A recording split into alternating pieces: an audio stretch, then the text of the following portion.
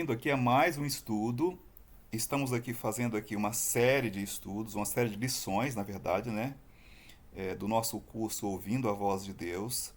É, Preste atenção, olha só. Nesse estudo a gente está fazendo aqui uma mudança, tá? Eu estou gravando a tela agora direto de uma foto da lição mesmo, tá? Da lição. Então, é bem provável que a qualidade do vídeo aí não vai estar muito bom, mas fique atento ao conteúdo, tá? Não dá muita importância à qualidade da imagem, não, tá? Fique atento ao conteúdo que vamos estudar, ok? Estava tendo uma incompatibilidade com a outra versão que a gente estava estudando, então eu resolvi tirar a foto direto da lição e preencher a lição para ficar mais fácil para você aí, tá bom? Estudo número 4, o plano da salvação. Independentemente de quem tenhamos sido ou o que tenhamos feito no passado, Deus nos ama, com amor eterno, dispondo-se a vir ao mundo e passar pela agonia da cruz, a fim de resgatar a humanidade perdida. Entretanto, muitos há que se perguntam: como posso ser bom diante de Deus? Como posso apagar o meu passado mal? Como posso ser apresentado sem culpa diante dele? Como posso ser salvo? O caminho para a vida eterna é muito fácil de ser achado e compreendido, mas poucos sabem como ir a Cristo e experimentar a alegria, paz de espírito, perdão e esperança. O presente estudo mostra a resposta bíblica para uma vida cristã vitoriosa. Fique bem atento, preste bastante atenção. Pegue a sua Bíblia e vamos examinar na Bíblia, vamos buscar respostas na palavra de Deus. Primeira pergunta: quantos são pecadores e qual é o resultado do pecado? Será que entre os moradores da terra, os que já passaram por aqui, os que estão aqui, todos são pecadores ou não? Será que alguns são santos, outros são pecadores, tá? Vamos para Romanos, capítulo 5, tá? Livro de Romanos, capítulo 5, verso 12. Romanos, capítulo 5, verso 12. Abra a sua Bíblia aí, tá? Para conferir. Romanos 5 e verso 12 diz assim: portanto, como por um homem entrou o pecado no mundo, e pelo pecado a morte, assim também a morte passou a todos os homens, por isso que todos pecaram. Então, não existe santo aqui na terra. Todo mundo é pecador, tá? Vamos para Romanos 6 e versículo 23. Romanos 6 e verso 23, nós temos aqui, vamos lá. Porque o salário do pecado é a morte, mas o dom gratuito de Deus é a vida eterna por Cristo Jesus, nosso Senhor. Vamos para a resposta. Aí na sua lição, você vai encontrar aí, tá, um espacinho que você vai estar preenchendo. Nos vídeos anteriores, a nossa resposta aqui estava em vermelho. Agora, a partir de agora, vai estar em branco, tá? Então fique atento aí que a resposta vai estar todas em branco. Então, a morte passou a, no espaço coloca todos, tá? Os homens, porquanto todos, no espacinho coloca pecaram. O salário do pecado é a morte. Muito bem. Então, quantos são pecadores? Todos. Todos nós que moramos aqui na terra somos pecadores. Não existe nenhum santo aqui na terra. O único santo que existiu aqui foi Jesus, tá? Todos os demais eram pecadores, tá? Muito bem. Vamos para a pergunta número 2. Que reação Deus manifestou diante da entrada do pecado? Vamos lá para o Velho Testamento, em Gênesis, capítulo 3, verso 8, capítulo 3, tá? Verso 8 até o verso 10. A pergunta é: que reação Deus manifestou diante da entrada do pecado? Vamos lá para a Bíblia. E ouviram a voz do Senhor Deus, que passeava no jardim pela viração do dia. E esconderam-se Adão e sua mulher da presença do Senhor Deus, entre as árvores do jardim. E chamou o Senhor Deus a Adão e disse-lhes: onde estás? E ele disse: ouvi a tua voz soar no jardim, e temi porque estava nu e escondi-me. Muito bem. Então, qual foi a reação de Deus? Deus abandonou o homem? Falso. Ele não abandonou. Coloca F aí, tá? Aqui, ó. F. Deus não abandonou o homem. Não se importou? F. Falso. Procurou o homem? Verdadeiro. Então Deus procurou o homem. Deus sempre procura o ser humano. Não importa quão longe o homem vá, não importa quão profundo, né? Ele entre em um lamaçal de pecado, mas Deus o ama. E Deus busca o ser humano. Não importa onde você está, Deus sempre está te buscando, tá? Vamos para a terceira pergunta. Qual a condição da natureza humana após o pecado? Salmo 51 e verso 5. Vamos para o livro de Salmos 51 e verso 5. Então nós temos aqui, procure na sua Bíblia também, tá? Salmos 51 e verso 5. Eis que em iniquidade fui formado, e em pecado me concebeu minha mãe, diz o salmista, né?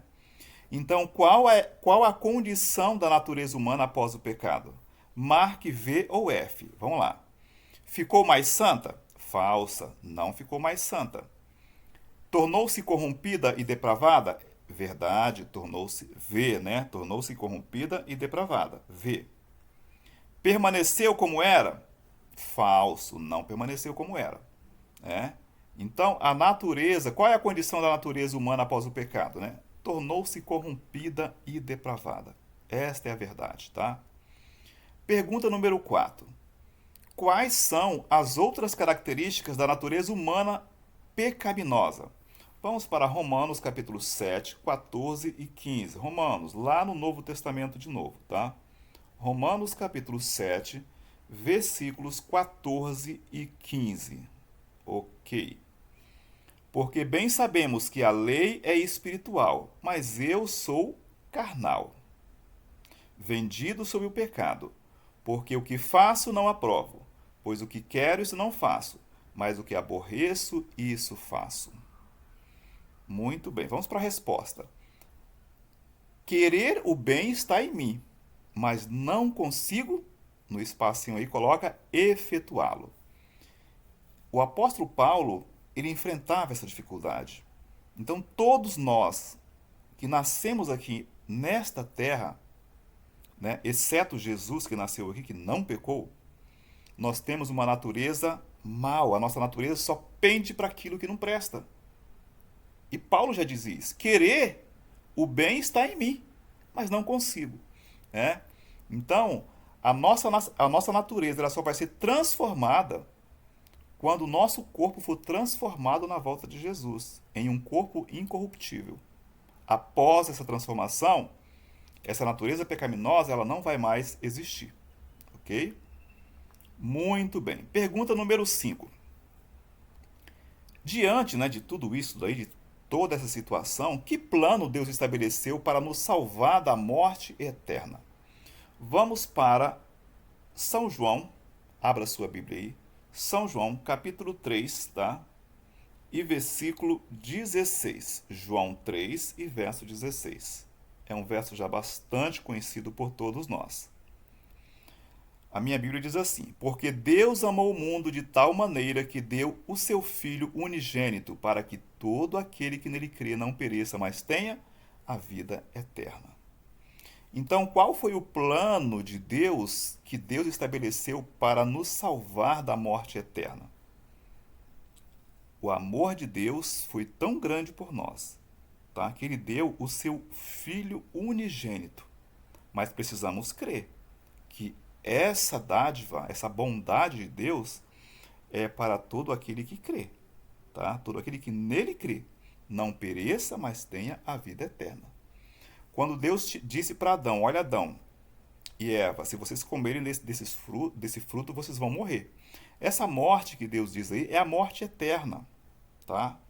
Foi o que Jesus fez por cada um de nós. Ele foi o nosso substituto. Ao invés de nós morrermos a morte eterna, ele morreu essa morte para nos dar o direito de vida eterna. Deus estabeleceu um plano mediante o qual seu Filho daria a vida em lugar do pecador.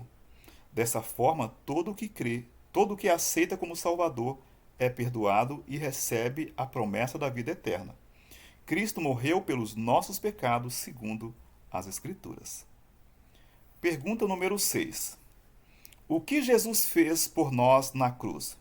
Vamos lá para 1 Pedro, tá? Capítulo 2, procurem em sua Bíblia também, tá? 1 Pedro, capítulo 2, versículo 24.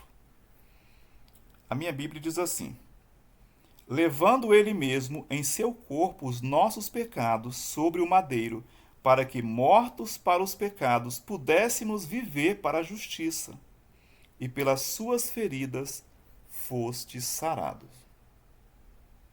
Agora vamos para Isaías capítulo 53. Isaías 53, procurem na sua Bíblia, tá? Isaías 53, verso 5 e verso 6, tá? Isaías 53, versos 5 e 6, na minha Bíblia diz assim: mas ele foi ferido por causa das nossas transgressões e moído por causa das nossas iniquidades. O castigo que nos traz a paz estava sobre ele, e pelas suas pisaduras fomos sarados. Todos nós andávamos desgarrados como ovelhas, cada um se desviava pelo seu caminho. Mas o Senhor fez cair sobre ele a iniquidade de nós todos. Então vamos para a resposta. O que Jesus fez por nós na cruz? 1 Pedro 2,24, Isaías 53, 5 e 6. Carregou em seu corpo sobre o madeiro os nossos, no espacinho aí você coloca pecados, os nossos pecados. O Senhor fez cair sobre ele no espaço você coloca iniquidade de todos nós, tá? Então, Jesus, ele não pecou. Simplesmente ele pagou o preço pelos nossos pecados. Ao invés de nós pagar o preço com a morte eterna, ele pagou esse preço por cada um de nós, né? Vamos para a pergunta número 7. Quem pode mudar a natureza humana? Lá em Romanos capítulo 8 e verso 11, nós temos a resposta. Romanos lá no Novo Testamento, tá? Romanos capítulo 8 e verso 11. Procure na sua Bíblia aí. Na minha Bíblia diz assim: e se o Espírito daquele que dentre os mortos ressuscitou a Jesus habita em vós, aquele que dentre os mortos ressuscitou a Cristo também vivificará os vossos corpos mortais pelo seu Espírito que em vós habita. Tá? Então, quem pode mudar a natureza humana? O Espírito Santo que em vós habita. Então, no primeiro espaço você coloca santo, no segundo espaço, em vós. O Espírito Santo que em vós habita. Então, o Espírito Santo, ele é capaz de transformar a natureza humana. Quando Jesus subiu para o céu, ele disse assim: eu vou enviar outro Consolador, o Espírito da verdade, que vai convencer o mundo do pecado, da justiça e do juízo. Então, o Espírito Santo, o trabalho dele na terra é convencer as pessoas de que Jesus é o Salvador do mundo, de que Jesus deu a vida para resgatar ela, para salvar ela. Então, esse é o trabalho do Espírito Santo aqui na terra. É um trabalho de mostrar para os seres humanos e de transformá-lo, né? Mostrar para os seres humanos a verdade, mostrar para os seres humanos o sacrifício de Jesus, a cruz do Calvário, e mostrar para os seres humanos que ele, o Espírito Santo, vai dar força para ele vencer a natureza pecaminosa dele. Muito bem. Vamos para a pergunta número 8, tá? O X aqui ficou fora do lugar aqui, mas eu vou falar aqui a resposta para vocês, tá? A salvação depende de nossas boas obras? Efésios 2, de 8 a 10. Vamos lá para o livro de Efésios, tá? Efésios, lá no Novo Testamento, tá? No finalzinho lá. Efésios capítulo 2, verso 8 até o 10, tá? Porque pela graça sois salvos por meio da fé, e isto não vem de vós, é dom de Deus. Não vem das obras para que ninguém se glorie, porque somos feitura sua, criados em Cristo Jesus para as boas obras, as quais Deus preparou para que andássemos nelas. Muito bem. Então, a salvação depende das nossas boas obras? Coloca o X aqui no não, tá? Coloca o X aqui no não. Então, não. A salvação não depende de nossas boas obras, tá? Agora, após você ser salvo, quando você aceita Jesus como seu Salvador, tá? E você crê no sacrifício, tá? Aí sim, as boas obras têm que aparecer na sua vida. Se você roubar, você não vai roubar mais. Se você, adulterar, você não vai mais adulterar. Se você desonrava pai e mãe, não vai mais desonrar.